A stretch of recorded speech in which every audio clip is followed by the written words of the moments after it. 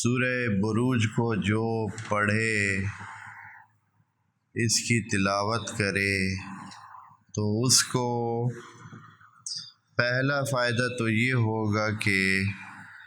سورہ بروج کو تلاوت مسلسل کرنے سے یا اپنی نماز فریضہ میں حمد کے بعد، سورہ حمد کے بعد جو سورت پڑھنا ضروری ہوتا ہے، تو سورہ بروج کو اگر پڑھے تو خدا کریم روز محشر میں اس شخص کو انبیاء اور مرسلین کے ساتھ محشور فرمائے گا، اور یہ کوئی کم چیز نہیں ہے۔ ممکن ہے کہ کوئی اس کو کم سے وعلیکم السلام، لیکن انبیاء اور مرسلین کے ساتھ محشور ہونا خود یہ بہت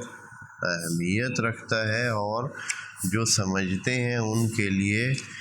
بڑی بات ہے، اولی الالباب کے لیے۔